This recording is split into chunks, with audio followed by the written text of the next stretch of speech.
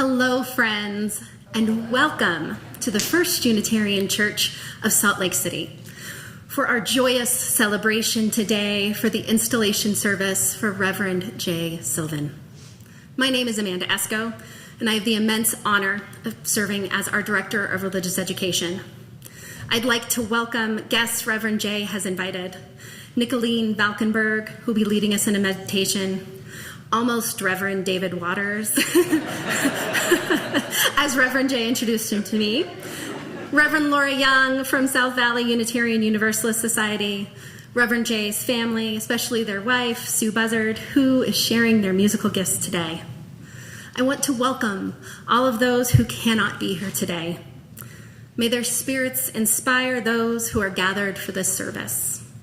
And finally, I want to welcome the members and friends of our community here at First Unitarian Church.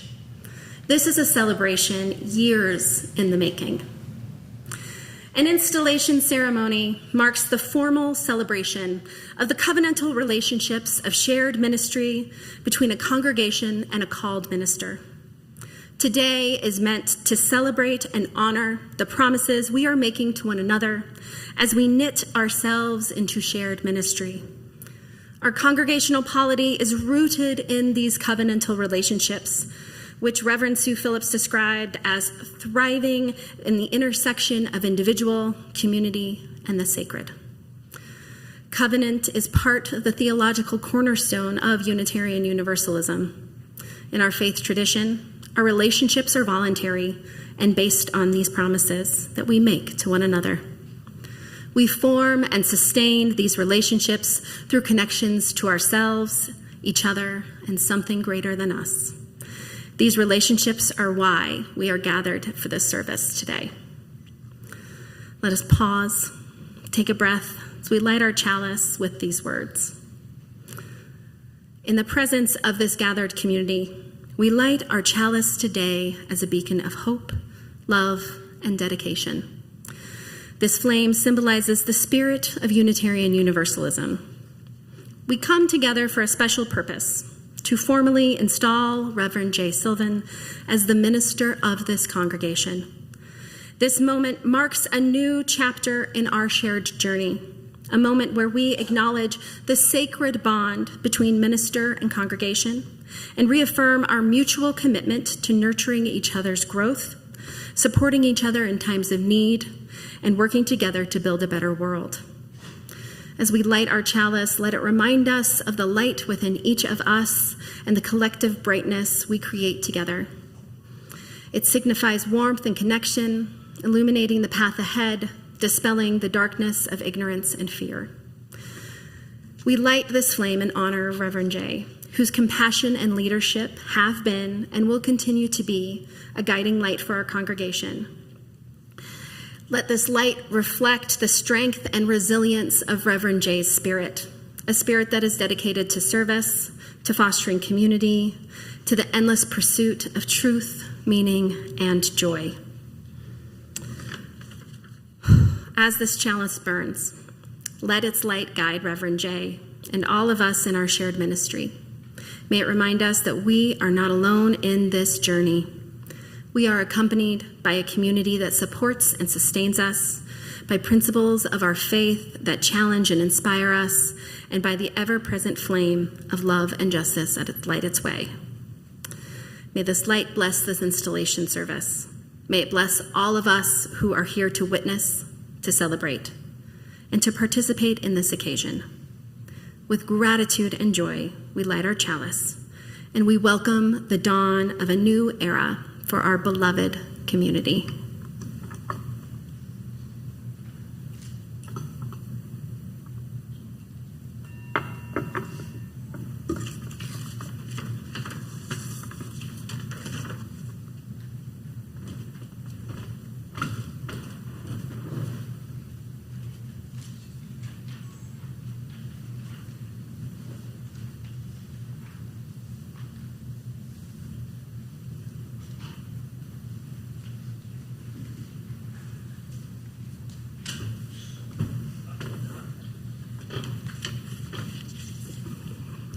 Hello, everyone.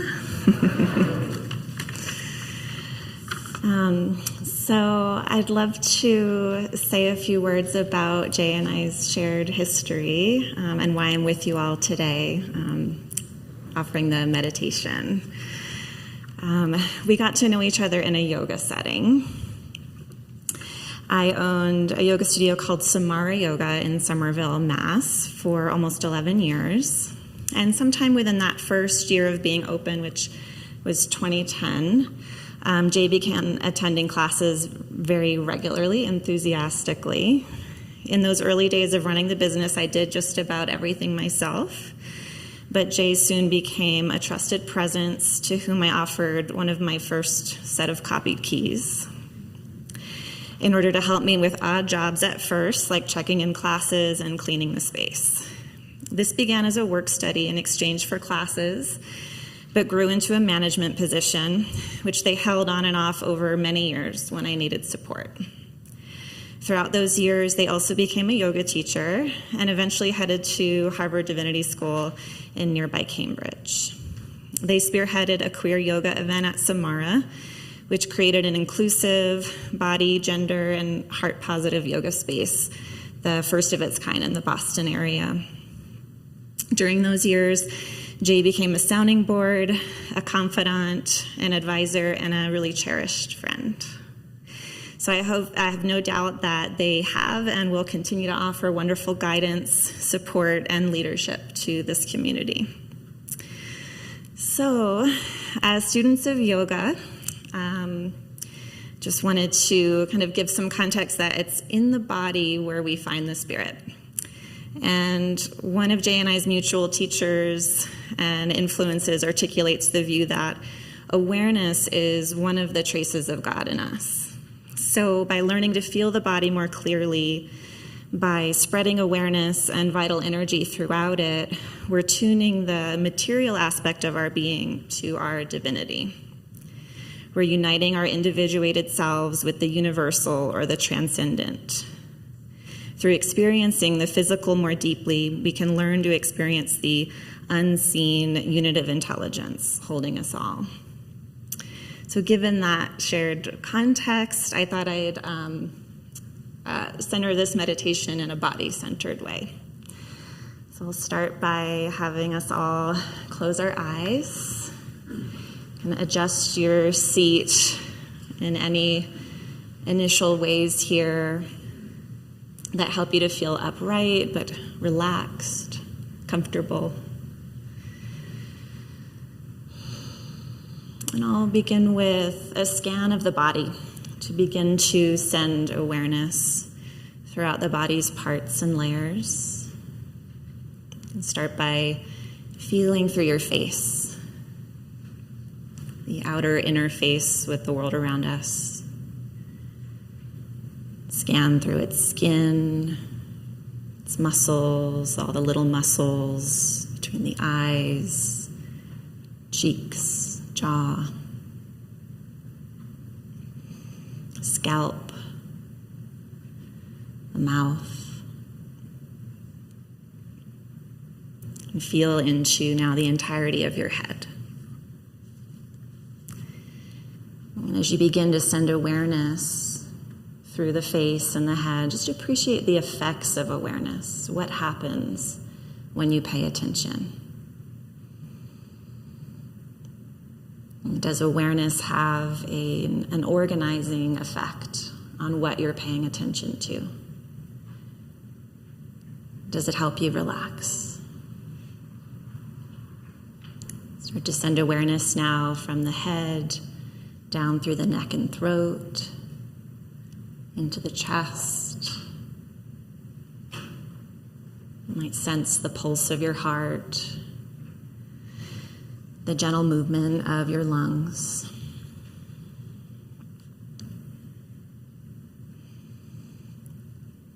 Feel from there through your upper extremities, your arms, shoulders, hands. And again, let what your awareness touches settle.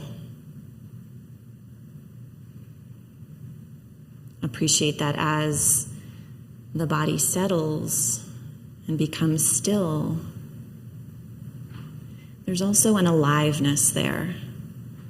It's not a void in the stillness. There's a fullness of aliveness, of presence there.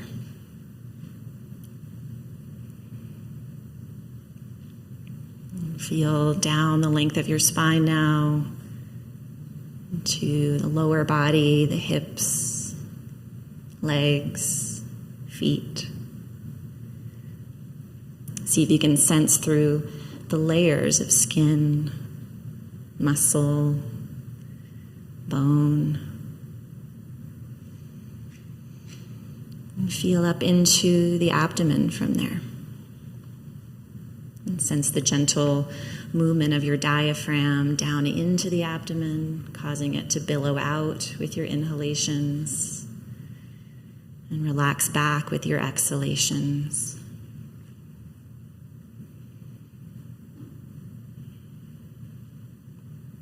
Having scanned through the body, sense your body now as a field of awareness. Both heavy in your seat and yet light, spacious, alive.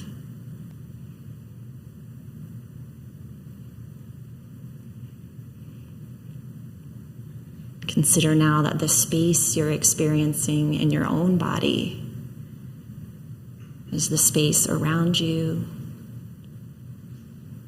and in the other beings around you.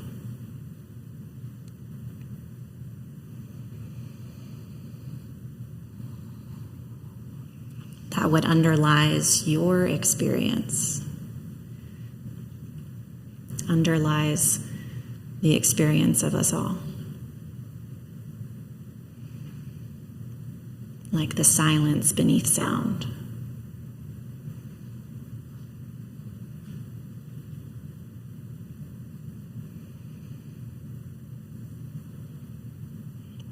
And take your hands over your heart.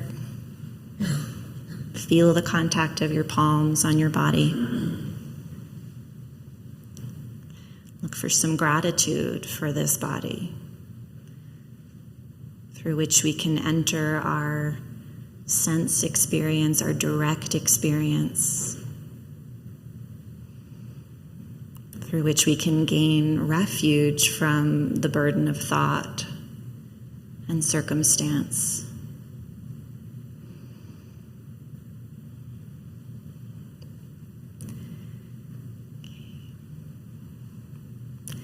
And with this kind of internal attention, this unitive awareness, and gently come back into the space.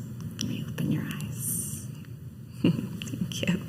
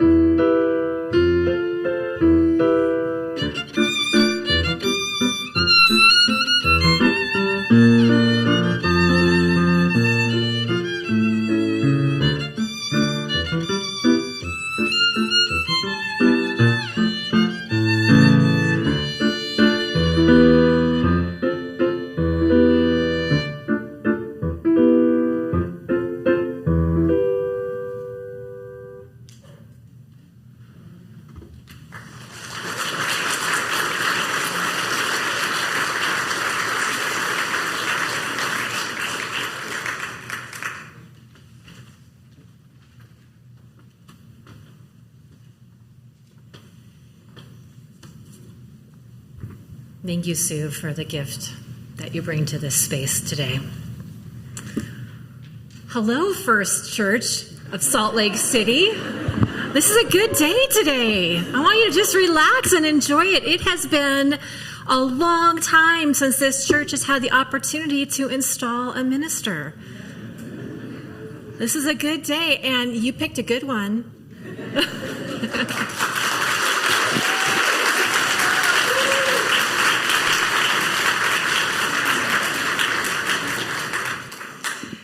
I bring you greetings on behalf of your companion congregation in what used to be the south part of Salt Lake City, South Valley Unitarian Universalist Society. And if you don't know me, I am the Reverend Lora Young. I go by pronouns she and her, and I have been delighted to get to know your new minister over this last year. And as I prepared to be with you this afternoon, an anniversary of my own came across my Facebook feed, where I get reminded of all things important in my life, was that I have now been ordained for 6 years to the UU ministry.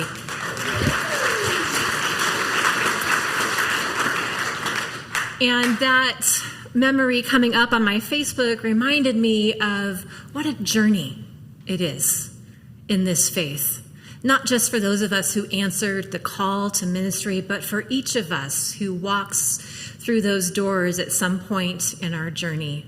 That journey that says, I want to have an open heart, helping hands, and an active intellectual life that ponders those deeper questions of meaning and worth and finds that there is a deep beauty in the diversity of how we approach the sacred in our lives.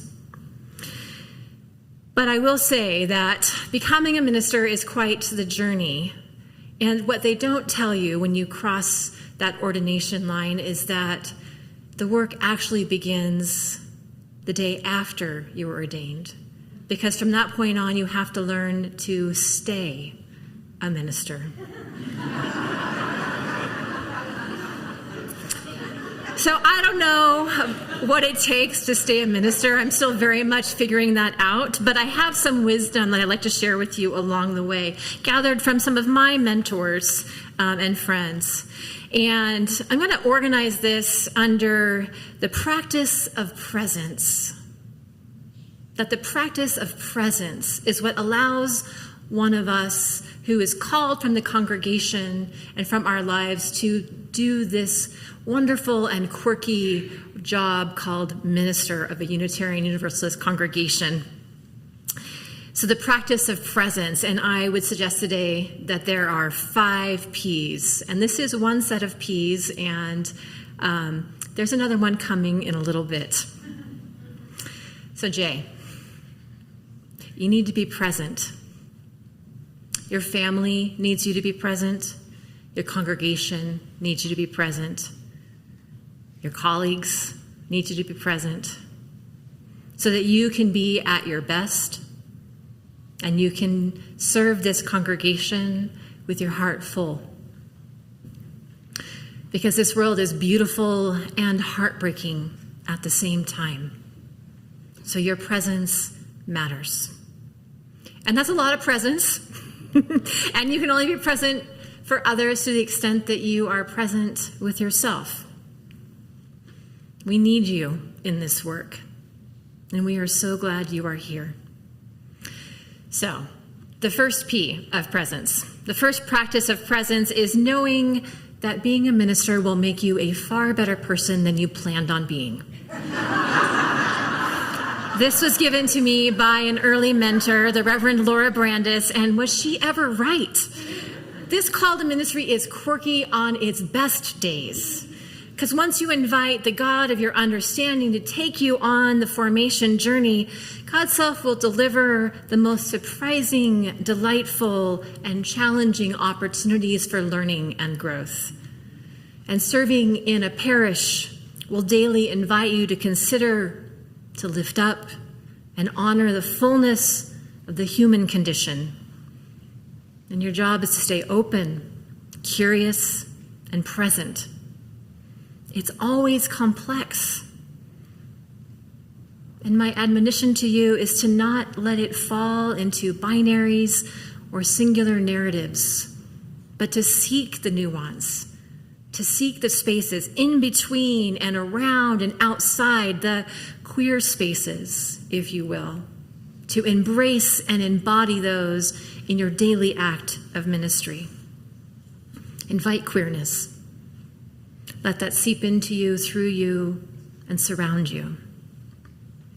Number 2, the second practice of presence is trusting that the answer is always in the room.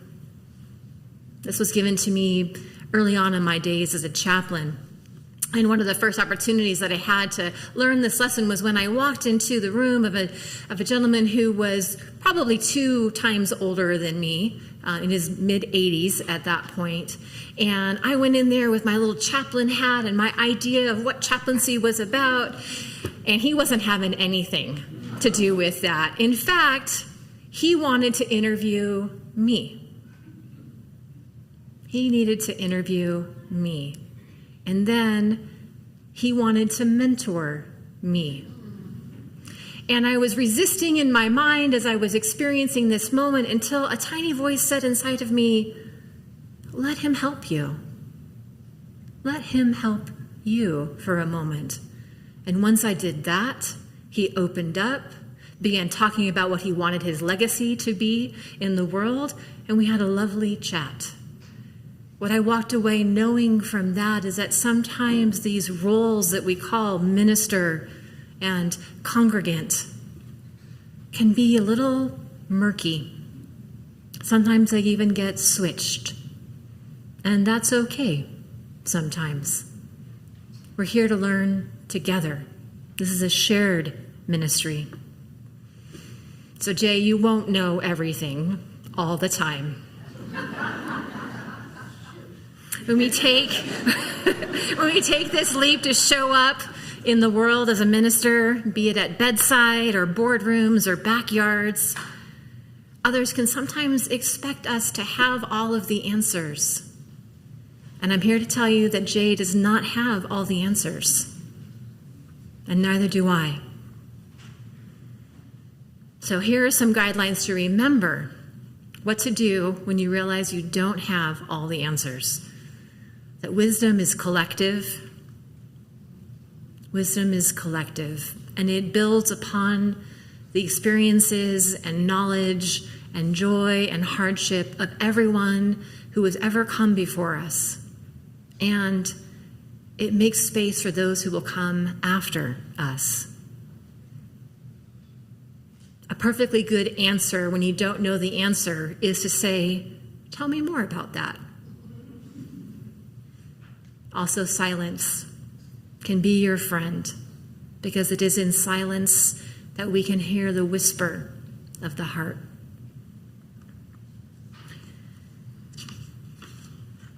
Number 3, the third practice of presence is remembering this.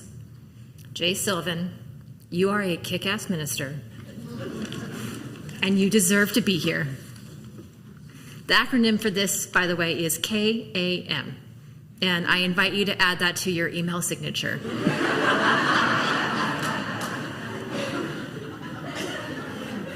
My beloved, you deserve this, unequivocally. You have worked hard to be here. You've shown up for a journey that has taken you places that you never imagined, including Salt Lake City. Because if you're like me, you never much thought about Salt Lake City until you applied for the job. And yet, what a wonderful ministry context this is. What a wonderful ministry context this is. I think actually it's probably one of the best places to do Unitarian Universalist work in the entire United States. It's always interesting, and the work that we do saves lives. It actually saves lives. So showing up for this work requires you to step into your power as a spiritual leader. And I know you've got this. I encourage you to always trust yourself. You might not always feel calm on the inside, but you got this. 99.995% guaranteed. And I encourage you to be gentle on yourself when you flub the press conference, forget the punchline of your sermon, or otherwise miss the mark. Everyone does, and you will too. But as Universalist Unitarians, we have that history that recovery is guaranteed to us all. The fourth practice of presence is to practice cultivating a supportive community of friends, colleagues, mentors, and advisors. Ministry is not meant to be done alone. Your community of friends and colleagues can keep you out of trouble if you let them know. So, let us know, and also practice knowing yourself as well. Some people have said, you should beg, borrow, and steal, or you should fake it until you make it. But I would like to twist that and say, befriend yourself. There's no better alternative to that journey of befriending the self so that you can trust that authentic voice within yourself. And my twist is also collaborate, cooperate, and ask. Collaborate, cooperate, and ask. We are more powerful than we know, and we can make the changes and bring about justice, but we have to work together. Now, ministry is a role. It's many, many roles. There's one exception, but I'll let Monica speak to that in a little bit. And you never know what this ministry role is going to call you to. There is a bit of mystery to it. But the person who fills it matters, and you are well suited. The fifth practice is to practice the radical act of resting. The radical act of resting. This is probably the most foundational of my invitations for you today. Yes, you have said yes to this amazing call, to this beautiful and vibrant congregation, to this role. You deserve to be here. There is great and good work to be done, and you have to rest from time to time. You need to take time away from the daily work of ministry, time that is uninterrupted, unplanned, and unproductive. I invite you to remember that the practice of being spontaneously and luxuriously lazy is good for you. And to remember that some of the most important people to be lazy, luxuriously, and spontaneously with are Sue and Lucien. Your family is your foundation, and they are on this journey with you. They are up for this journey. They want you to succeed, and they need you to be present with them. I have one last practice for you. That is of remembering what your role is not. Remembering what your role is not. You are here to serve and to love, to companion, to envision. But you are not to plunge the toilet at the church. Hear that?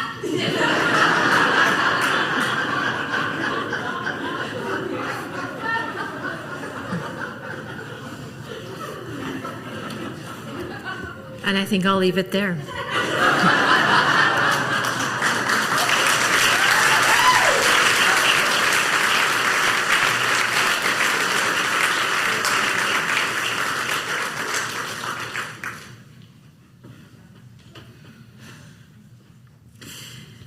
The time has now come for our offertory, half of which today will benefit the work of this congregation, and half we are thrilled to share the plate with Rock Camp SLC, and I couldn't think of a better recipient. Rock Camp SLC is a summer day camp for girls, transgender kids, and gender-expansive youth from all backgrounds ages 8 to 17. During this week-long day camp, youth of all skill levels learn to play an instrument, form a band, write a song, and perform their original composition for family, friends, and hundreds of screaming fans. Woo! My own kid got to participate in Rock Camp a couple of summers ago, and it was awesome. He learned to play the drums. He was in a band called Skinner. They rocked out at the camp show on Friday. He had a blast. But even better than the show was watching folks in our local community creating opportunities for these kids to be themselves. They can build a team, learn something new, and have fun. So, if you believe in music education, if you believe in girls and gender-expansive youth, if you believe that rock and roll can save your soul, and if you believe that this congregation can make a difference in our community, then I invite you to give generously as the baskets come by, or use the QR code in the pew in front of you. And thank you so much.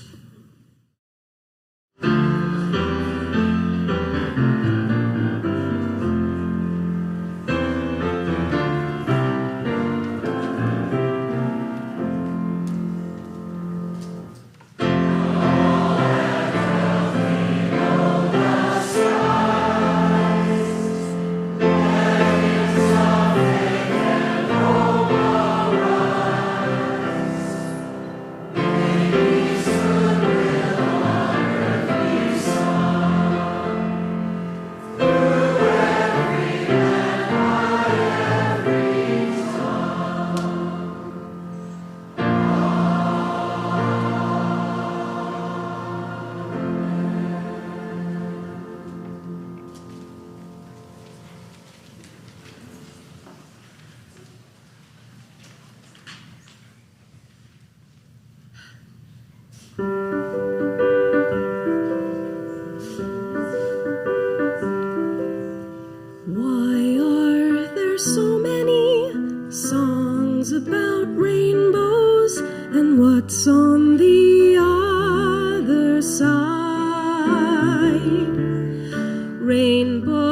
those are visions, but only illusions, and rainbows have nothing to hide. So we've been told, and some choose to believe it. I know the wrong, wait and see. Someday we'll find it, the rainbow connection, the lovers, the dreamers, and me.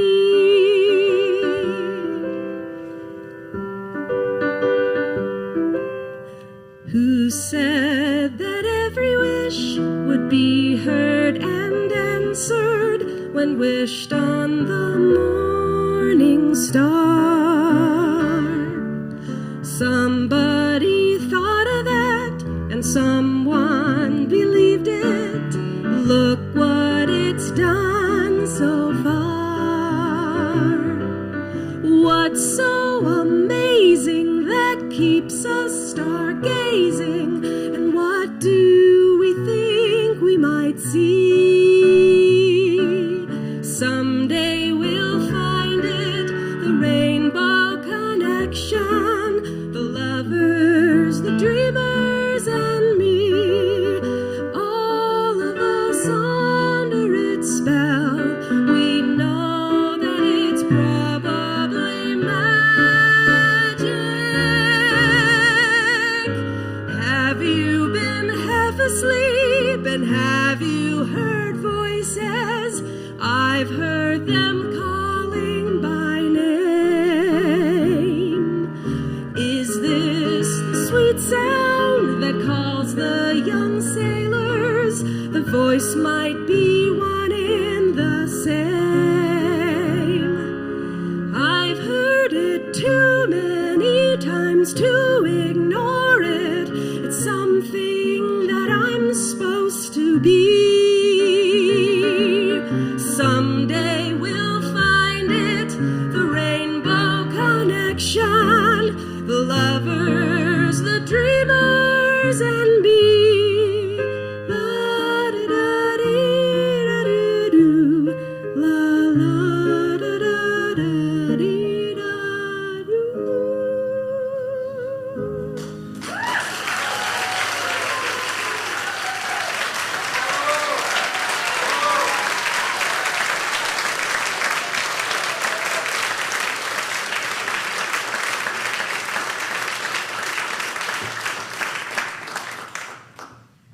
The composer Gustav Mahler once wrote that tradition is not the worship of ashes, but the preservation of fire. And so it is in our Unitarian Universalist tradition. Ours is a progressive tradition, that is, a tradition with its face turned toward a bright future, looking ahead much more than we ever look behind. And yet, when we look to the past, we see not ashes, but the living flame which has burned in the hearts of our people for hundreds of years. This congregation has a long and proud history of calling ministers, yet it's been almost 40 years since the last time this was necessary. So before I charge you, the congregation, with your responsibilities in this relationship with your new settled minister, indulge me as I remind you of why we say that we call ministers, and what sort of a thing we are doing here today in this service of installation. When our Puritan forebears settled on this continent, they were escaping religious persecution by the Church of England. The Puritans believed that the Church of England was corrupt and worldly, and they weren't wrong about that. But some Puritans were also beginning to formulate a doctrine that rejected state religion altogether. They believed that salvation came about via a profound personal experience of divine grace, an experience that could not be micromanaged by a faraway bishop or a king. It could only be confirmed by the people who knew you deeply and could see how you had changed. And they believed that God had endowed an ordinary people with the capacity to manage their own religious life within the bounds of a covenant, a sacred agreement about how the people of a local congregation would recognize those who belonged to them. These Puritans also believed that the primary way that people's hearts were prepared to have that profound, heart-changing experience was to hear good preaching. They were known for making the non-preaching parts of their worship services shorter so they could make more time for preaching. They also eliminated unnecessary distractions such as seat cushions, stained glass, and musical instruments, so the congregation's attention would be focused solely on the Word. Did you know that this congregation did not have seat cushions until, the 90s? Right? I would be paying more attention to my aching rear, but I guess they didn't think about that. It was important to the Puritans that a candidate for ministry hear a call from God within his heart, and yet, in rural New England, necessity sometimes indicated that a congregation identify a young person with charisma and the ability to read and call him to the pulpit as in, "Hey you, we need somebody, come on up." Now, there is much that we have properly left in ashes with the Puritans. For one thing, we no longer believe in a God who requires us to be saved from anything. We affirm a goodness that is inherent, present in our infancy and throughout our lives. We no longer accept that the wisdom of white, straight men is the only wisdom that the holy would have us hear. And so we demand a diversity of voices in our pulpits. We have different ideas now about what belonging means, and we strive to open our hearts to people of many different paths. But the flame passed to us from the Puritans burns in ways that are still meaningful to us over 4 centuries later. We have gratefully inherited from our ancestors the practice of good preaching, of educating our ministers for a career of study and writing, the practice of, let's face it, long sermons, and the importance of the spoken word to prepare people for lives of service and justice. The practice of searching for a new minister more closely resembles the practice of assigning medical residents to hospitals than the old practice of grabbing the nearest person who can read. But one thing hasn't changed. We still long to hear a message on Sunday that inspires our craving for justice, that heals our wounds, and that reminds us that despite everything, we are not alone. We are not alone. Just like the Puritans, the practice of covenant still holds us in community. The practice of making promises to each other and holding one another accountable for those promises. Our congregation enjoys the independence to make local decisions that benefit our local members. Yet we also enjoy fellowship with other congregations through the UUA, and the diversity of all these individual congregations benefits the living tradition of our faith. And just like the Puritans, we are engaged in a shared ministry. The ministry of word and sacrament may still be facilitated by the one we call Reverend, But there's so much more to ministry than that, and that work belongs to us all. If indeed we have been endowed with the capacity to manage our own religious life, then ministry must be a communal activity. Each member of our congregation has their own ministry, their own gift that is theirs alone to share, as well as the ministry that they share with their fellow members. Today, as this congregation installs a minister, you reaffirm the covenant that you share, the promises you've made to each other, and reaffirm your commitment as individual members of the congregation to uphold this shared ministry, together with Reverend J, who will lead you.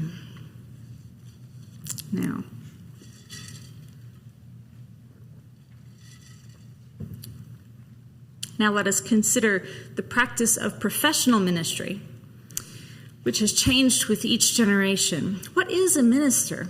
What is their responsibility? Well, my grandpa was a country preacher serving small churches in North Alabama. He preached a word on Sunday. His sermons were usually about 45 minutes, so, just breathe a breath of gratitude for that, right? Then the Sunday night worship, the Wednesday Bible study, and the rest of his week was spent driving out into the countryside to visit the old folks. He never called ahead. He rarely even knocked on the door to make sure the people were decent. He'd just walk right into the house and make himself at home. And that's how ministry was done for generations. Well, we have a different expectation of ministers today. Papa Penny would not have been expected to present a budget or a Zoom presentation. His congregations rarely had more than a couple of committees. I don't think he ever had an email address, and he certainly did not have social media. And yet, he was the one people turned to whenever something needed done in the community, whether it was a dying relative or a dying toilet in the foyer bathroom. When I was first contemplating the ministry as a profession for myself, the minister of my home congregation shared an insight with me. In a world of specialists, the ministers are among the last remaining generalists. That is to say, your minister wears many hats. And in times past, as Laura referred to earlier, they have been referred to as the 5 Ps: preacher, pastor, priest, prophet, and plumber. Even in times that are changing faster than ever, there's still some truth to the old saw about the 5 Ps, and they can be misleading.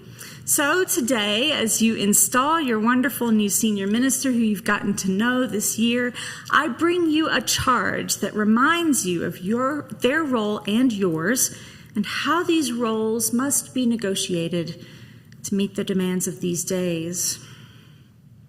Of these 5 Ps, some are highly visible. We've already spoken about preaching, for example, 20 minutes of nourishment that, when done well, can carry a whole community through the week. And we love to see our ministers in the act of prophecy, not in telling the future, of course, but in calling out the powerful and the privileged from their lofty seats in government or business. But so much of ministry happens behind the scenes. The pastor arrives when life's journey becomes overtaken by shadow, sits beside you and holds your hand. They are the one you can't embarrass with your vulnerability because they've seen it all before. And then the priest arrives to conduct the final rites, or the first ones, the child blessing, or the wedding, or the vigil, or the seasonal ritual, the one who holds the ancient keys that unlock the doors to the passages of life. These moments of presence and the moments of preparation often happen out of view, and so give rise to the old joke that the minister only works 1 hour per week. Most of the work that ministers do is heavy, private, emotional labor, and quite a bit of it is also confidential. So my first charge to you is to take it to heart that Reverend J is working harder than you will ever have evidence for.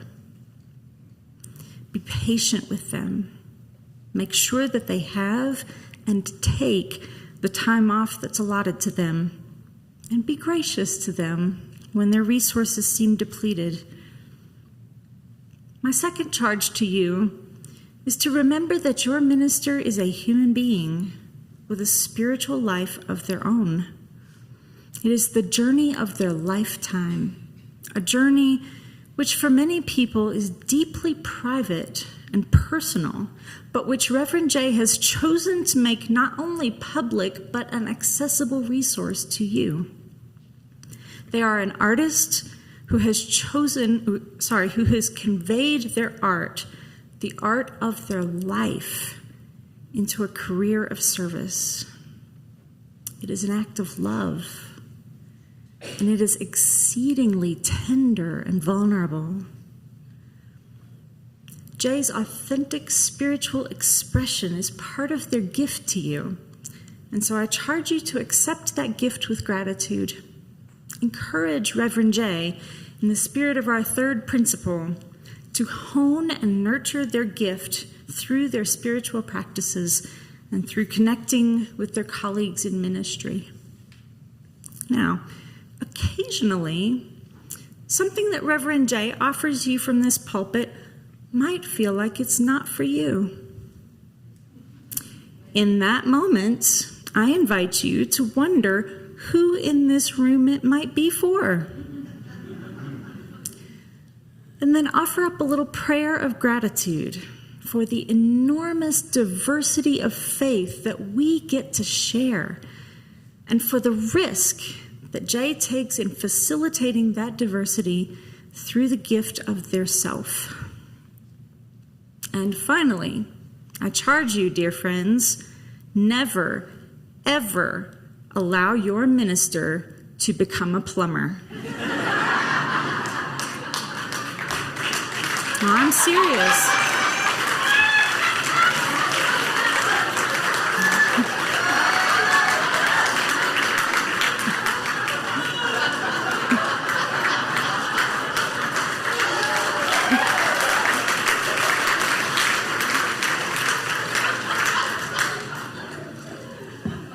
Except for right now. No. Plumbing is a noble profession which everyone needs, and so this is not a knock on plumbing or on manual labor. It is important work, but it is not their work. To be preacher, prophet, pastor, and priest is already an overwhelming task. Your minister cannot do everything. For them to try is folly. More than folly, actually, it is a one-way ticket to burnout.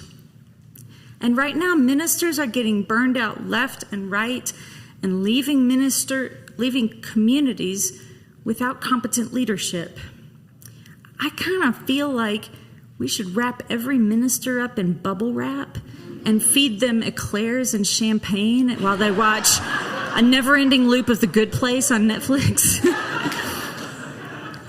But since that would make for a difficult Sunday morning experience for everyone, the next best thing is for congregations to take responsibility for their home and their future. Because in our tradition, the church does not belong to the clergy. It belongs to the people. This is not Reverend J's church. This is your church. So if you see something that needs done, don't wait for Jay to ask you. You ask them what needs to be done. Or even better, just knock on the door and say, "Hey, Reverend J, I'm here to pull those weeds out front. You just keep being awesome." There is no better way to show appreciation for your minister than to care for your church in such a way that they can focus on the 4 P's that truly belong to them. This congregation at First Church is a life-saving ministry. a hospital for wounded souls, a beacon for those who search, a haven for those who want to believe. You're turning a new corner together onto a path with a hopeful but uncertain future. We don't know what ministry is going to look like in the future, but what we do know is that we will need to take gentle care of each other so that we have strength for the road ahead. I charge you with the gentle care of your preacher, your pastor, your priest and prophet, so that they can show up with their full self. Thank you for loving Reverend J, my colleague and my friend.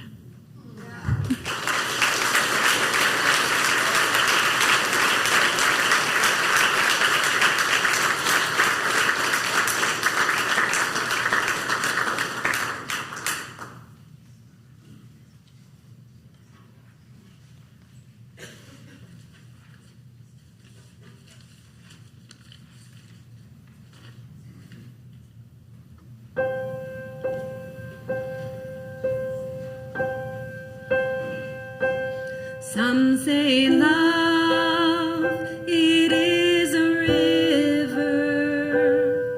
that drowns the tender reed.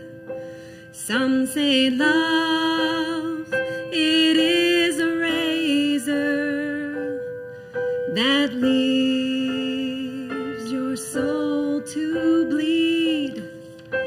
Some say love,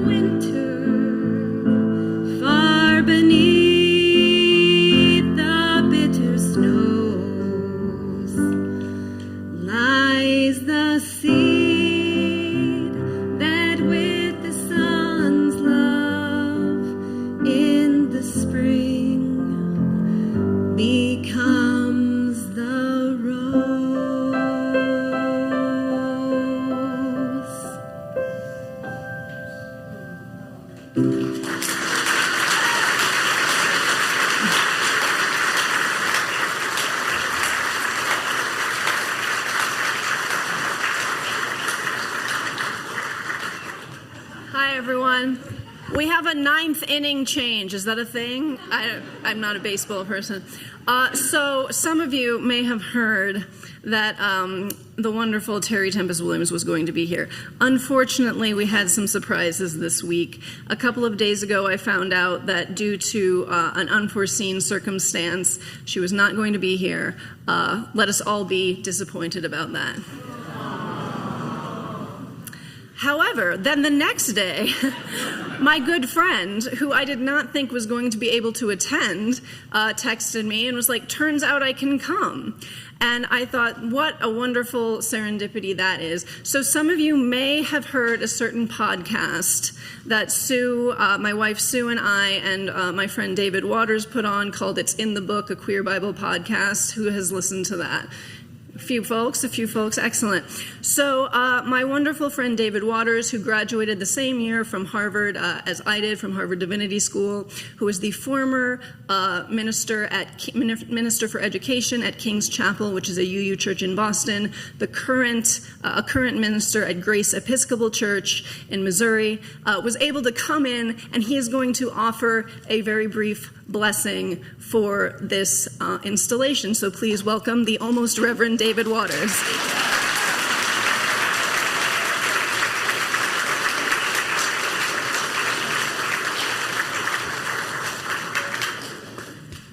Good afternoon.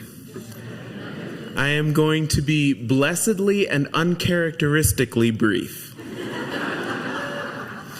You, my dear friends, have been charged. Jay has been charged. You all have been charged. And now it is time for you both to be blessed. I offer you this afternoon 2 blessings. And I offer them from a collection of blessings called Circle of Grace by Jan Richardson. This book was pressed into my hands by Mary Catherine Morn. And if you're thinking, where have I heard or seen that name before? If you glance down at your program, the last song that we sing was written by Mary Catherine Morn. She was a parishioner at King's Chapel while I was there serving as a minister. And I am grateful to this day for her inspiration and for her care of me while I was there. And so I share these blessings with you today. The first is called The Shimmering Hours. There is so much I want to say, as if the saying could prepare you for this path, as if there were anything I could offer that would make your way less circuitous, more smooth. Once you step out, you will see for yourself how nothing could have made you ready for this road. Nothing that will take you from what you know to what you cannot perceive, except, perhaps, in your dreaming, or as it gives a glimpse in prayer. But I can tell you, this journey is not about miles. It is not about how far you can walk or how fast. It is about what you will do with this moment, this star that blazes in your sky, though no one else might see. So open your heart to these shimmering hours by which your path is made. Open your eyes to the light that shines on what you will need to see. Open your hands to those who go with you, those seen as those known only by their blessing, their benediction of the road that is your own.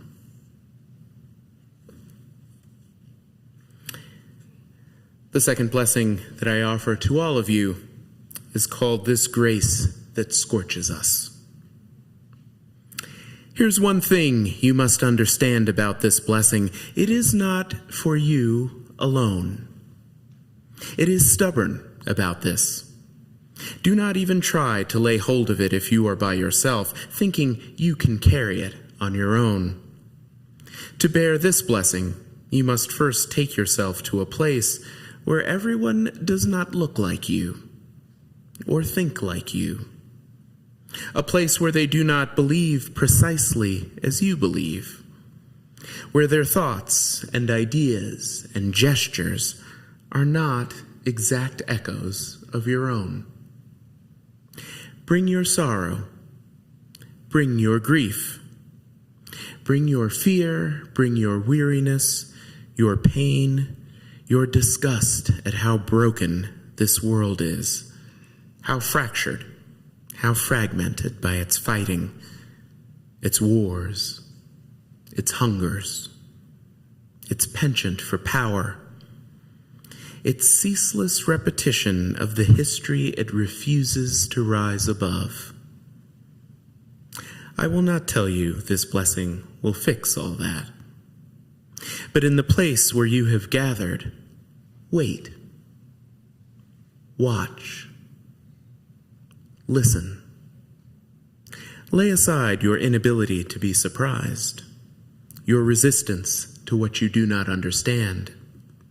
See then whether this blessing turns to flame on your tongue, sets you to speaking what you cannot fathom, or opens your ear to a language beyond your imagining that comes as a knowing in your bones, a clarity in your heart that tells you this is the reason we were made, for this ache that finally opens us, for this struggle, this grace that scorches us toward one another and into the blazing day. My dear friends, may it be so.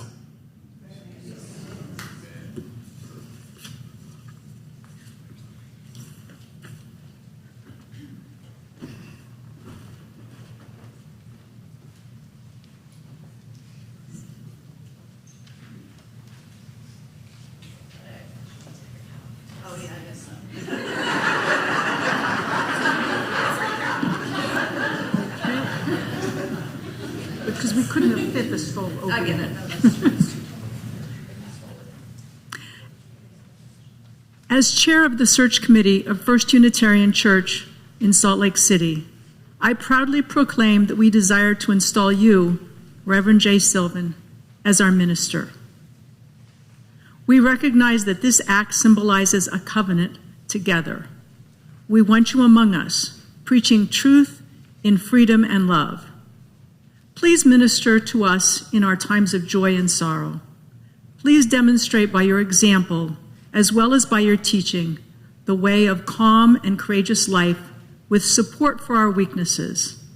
We would have you lead us as in a greater understanding of religious life. Are you willing to take up these obligations? I am, in partnership with all of you. On the back of your order of service, there's a portion for you all to read aloud. If you could please read that with us now. We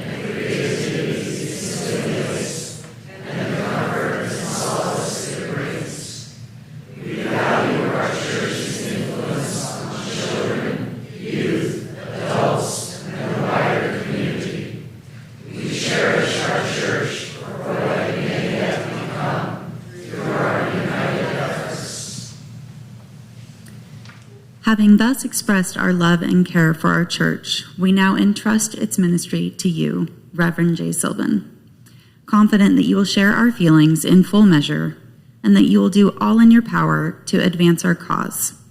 We offer you as our honored and we offer you our honored and unfettered pulpit with full blessings. Mindful of the privilege and responsibility which are mine as minister of this great congregation, I pledge my sincere efforts on your behalf. I look forward to the continued opportunity to know you even better and more deeply.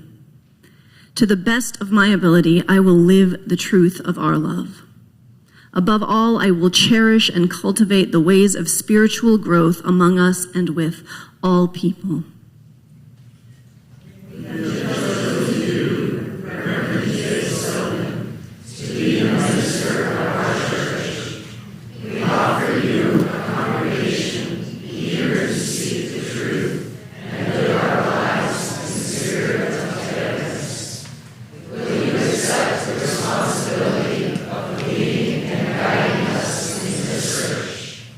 I will.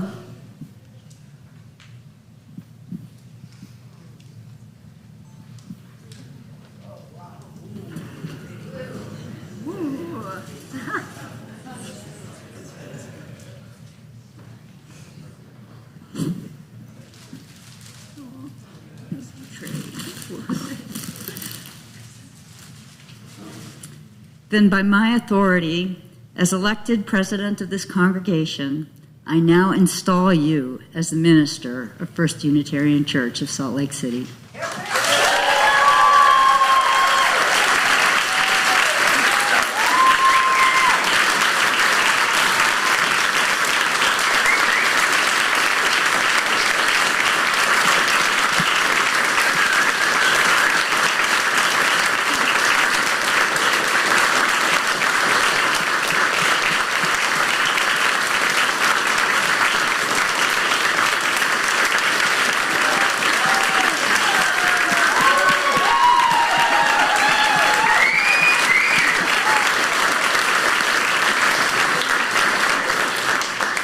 Please join us in our closing hymn, The Fire of Commitment, hymn number 1028 in your teal hymnal.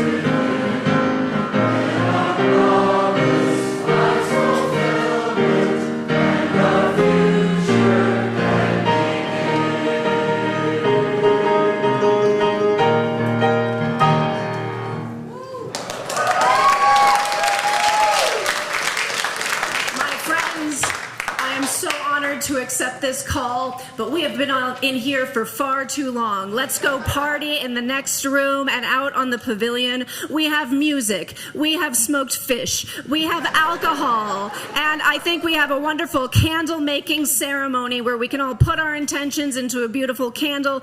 It's beautiful. I can't wait to talk to you out there. Go forth. Blessed be.